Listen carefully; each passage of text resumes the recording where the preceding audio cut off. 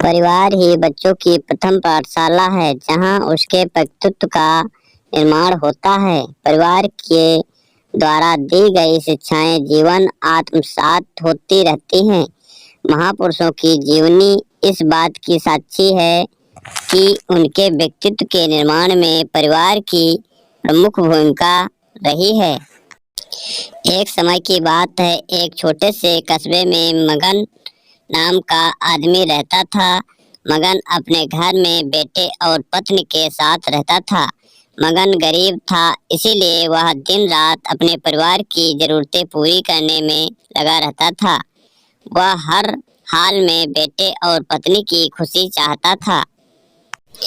मगन एक छोटी सी कंपनी में काम करता था, जहां उसकी आमदनी घर खर्चे जितनी हो जाती थी, लेकिन फिर भी मगन कंपनी वाला काम खत्म करके दूसरी जगह जाया करता था ताकि कुछ और पैसे कमा सके।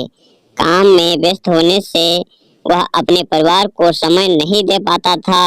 मगन 24 में से 15 घंटे घर से बाहर काम में निकाल देता था। रात को देर से आता और सुबह जल्दी जाता था। इस तरह कुछ दिन बीतते गए। एक दिन मगन की पत्नी ने उससे कहा कि आप पूरे दिन काम करते हैं और हमें समय नहीं देते हैं। वैसे भी हमारा खर्चा आराम से निकल जाता है, तो आप इतनी मेहनत क्यों करते हो? हमारे पास जितना है उसी में हमें खुश रहना चाहिए। चलिए आज हम तीनों कहीं घूमने चलते हैं। तब मगन कहता है कि बस कुछ समय मुझे और मेहनत करने दो, फिर आराम ही आराम है। इस तरह मगन मेहनत करने में लगा रहता है। उसका बेटा भी उससे अक्सर कहता रहता था कि पापा आप मेरे साथ खेलो, बैठो और मुझसे बातें करो, लेकिन मगन हमेशा काम के लिए कहकर कभी उसे समय नहीं दे पाता था। कुछ समय और बीता। अब मगन की किस्मत चमकी। मगन की नौकरी जिस कंपनी में थी, अब उसका मालिक मगन को मैनेजर बना देता है, क्योंकि मगन काफी समय से वहां काम करता था और अब वह मालिक का विश्वास पात्र बन गया था।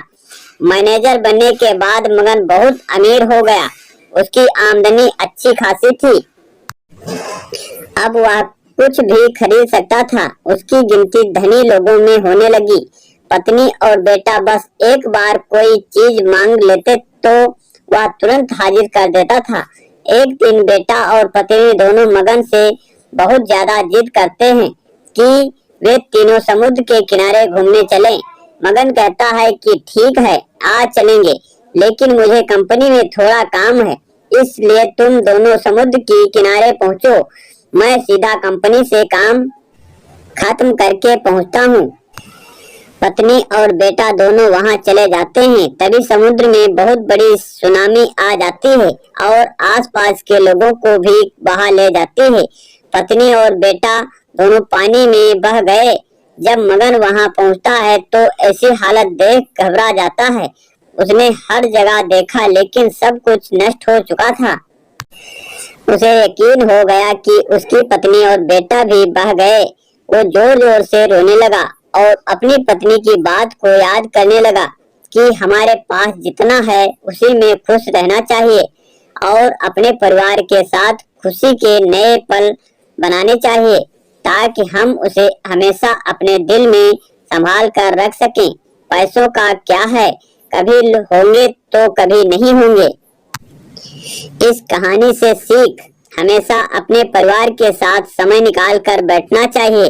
अगर दोस्तों यह कहानी हमारी आपको अच्छी लगी हो तो इस कहानी को लाइक करें, शेयर करें और चैनल को सब्सक्राइब करके नोटिफिकेशन बेल को जरूर दबाएं, जिससे हमारी प्रत्येक कहानी मिलती रहे। आपको धन्यवाद।